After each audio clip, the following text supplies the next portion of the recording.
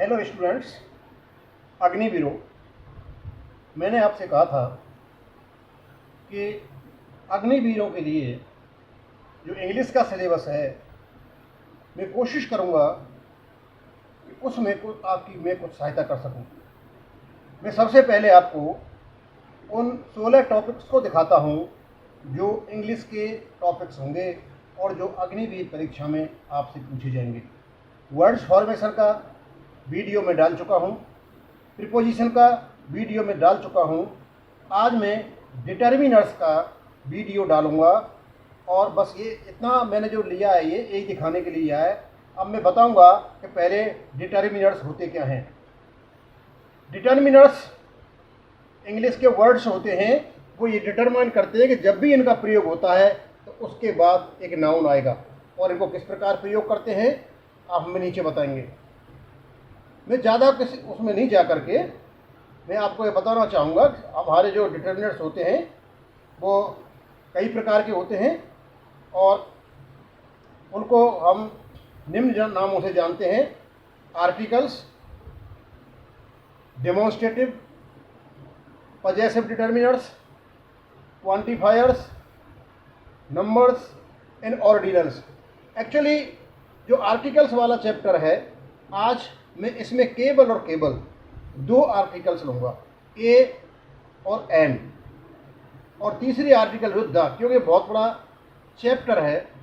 मैं ज़्यादा यदि इसमें आपको पढ़ाने की कोशिश करूँगा तो शायद आप भूल जाओ। इनको याद करने का एक ही तरीका है कि बार बार आप वीडियो को देखें, सुने, और जिससे आपके दिमाग में जो मैं आपको कंटेंट्स दे रहा हूँ, जो मेरे टीचिंग पॉइंट्स हैं, वो आपके दिमाग में अच्छी तरह से बैठ सकें। अब मैं आपको बताऊंगा कि जो आर्टिकल्स हैं वो 3 प्रकार के होते हैं।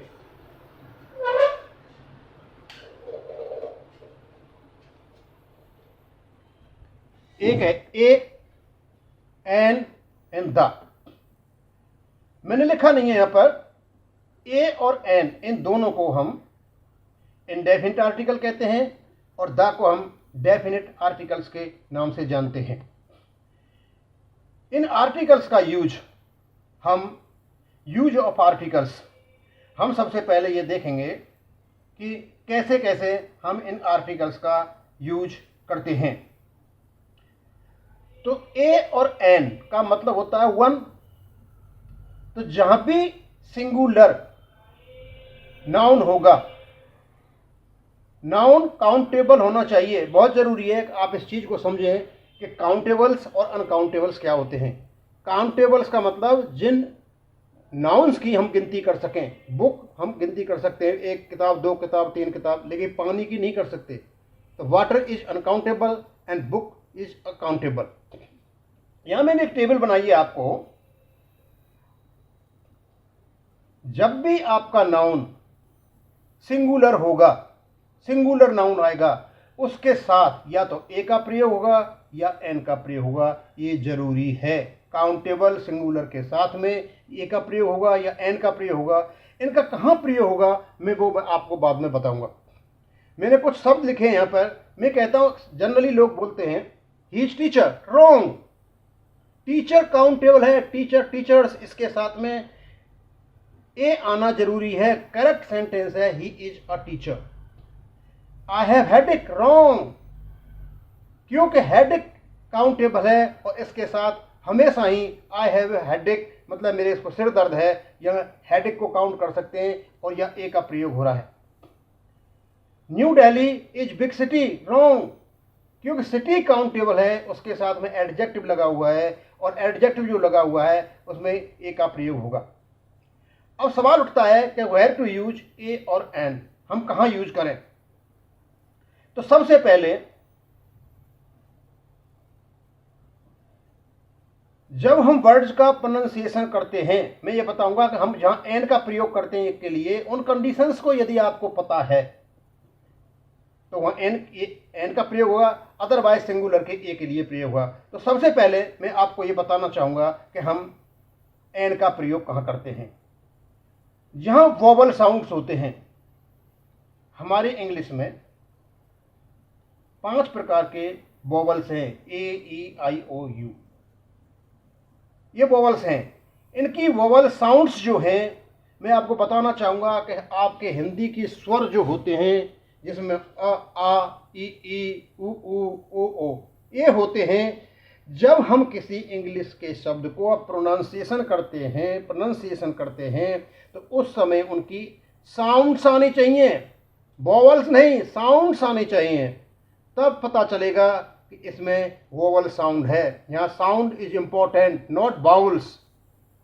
साउंड्स आर इम्पोर्टेंट, तो साउंड आनी चाहिए। और यदि आप साउंड्स नहीं हो पा रहा है तो आप देखिए कि वो आप जो हिंदी के जो स्वर हैं उनसे आप मेल मिलाइए। यदि आ की आवाज़ आती है, बड़े की आवाज़ आती है, छोटी ई की आवाज़ आती है, बड़ी ई की आवाज़ आती है, छोटी ऊ की आवाज़ आती है, बड़ी ऊ की आवाज़ आती है, छोटी ओ की आवाज़ आती है, बड़ी ओ की आवाज़ आती है। अब देखिए, हम यहाँ थोड़ा देखते हैं। ही इज, यहाँ पर इज रह गया, अभी मैं लगा देता हूँ इसको, ये गलती से रह गया है।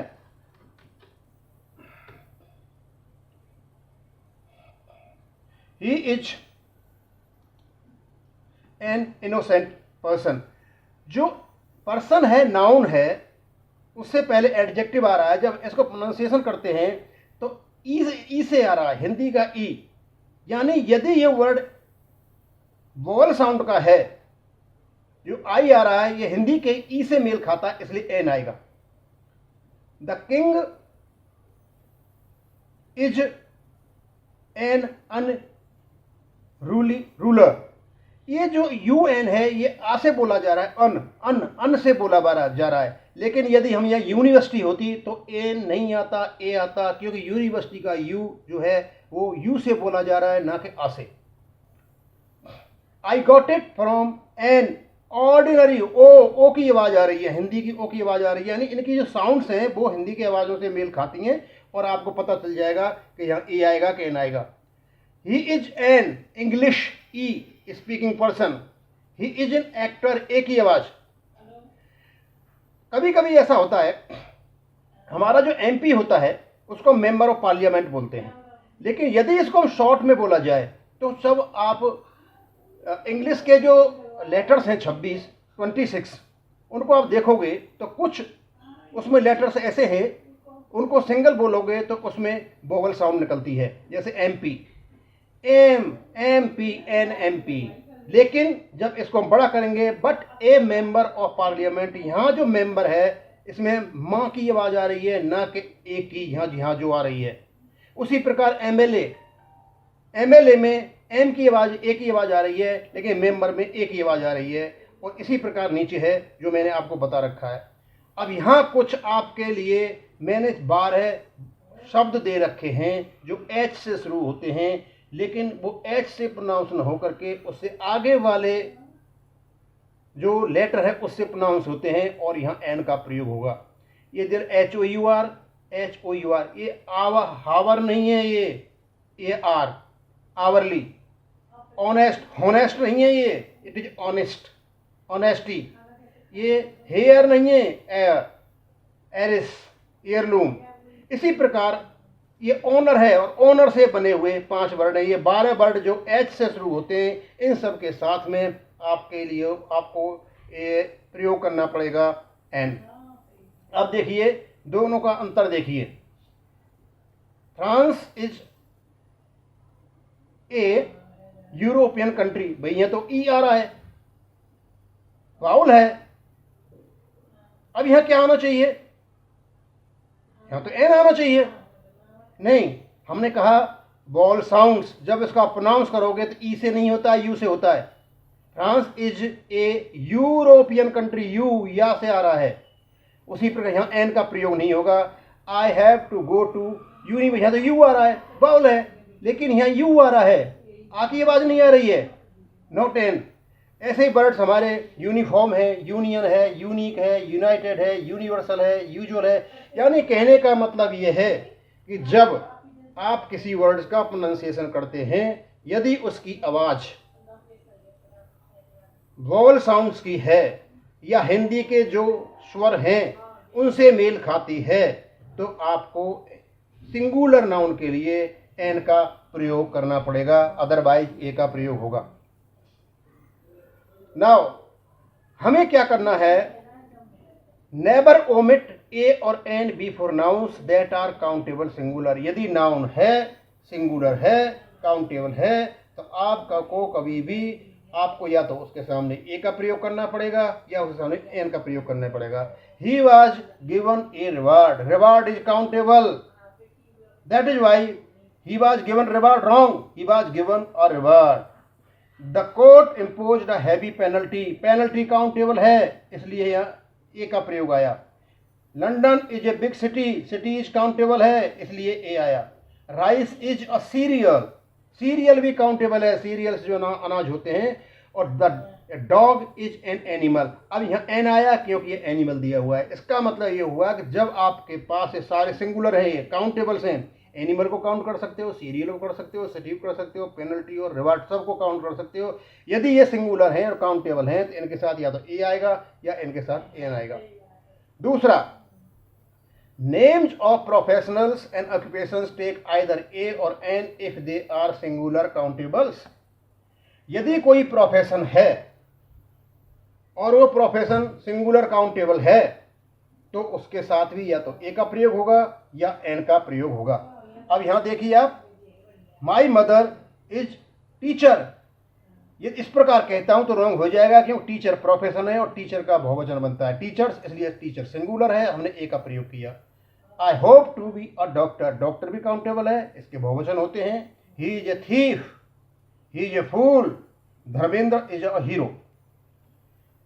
नाउ कुछ वर्ड्स हैं जब हम इंग्लिश बोलते हैं उस समय ई या एन का प्रयोग होता है, ये आपको याद करने पड़ेंगे।